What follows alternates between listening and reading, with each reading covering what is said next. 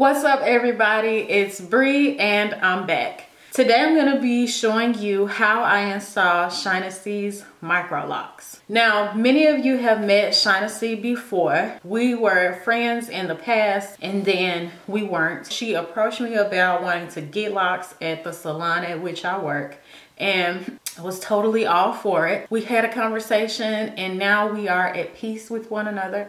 So I wanted to do her locks. I actually would be honored to do her locks, which is what I told her, and she agreed to let me do them. And so that's what happened. Now, I installed her locks at her home.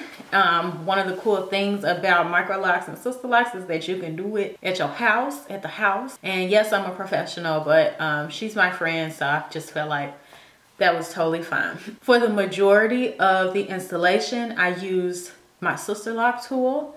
Many of you know that I am a Sister Lock trainee, so I got the knowledge, and that Sister Lock tool makes everything go so much faster. But I'm gonna show you how to do the micro locks without the tool. I will be using a yarn needle that I bought from Walmart. I cut the yarn needle down. I cut it in half and then I kind of made a little point on the end. I didn't have a fingernail file, but I just used some scissors to make it a little more pointy. Therefore it can like go through the base of the lock a little better. And then I was able to do the interlocking portion with that.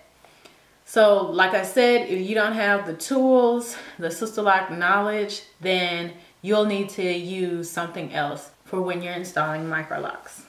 So if you're interested in seeing Shynasy again, welcome back to the channel, girl, and you want to see how I install her Microlocks, you just need to stay tuned.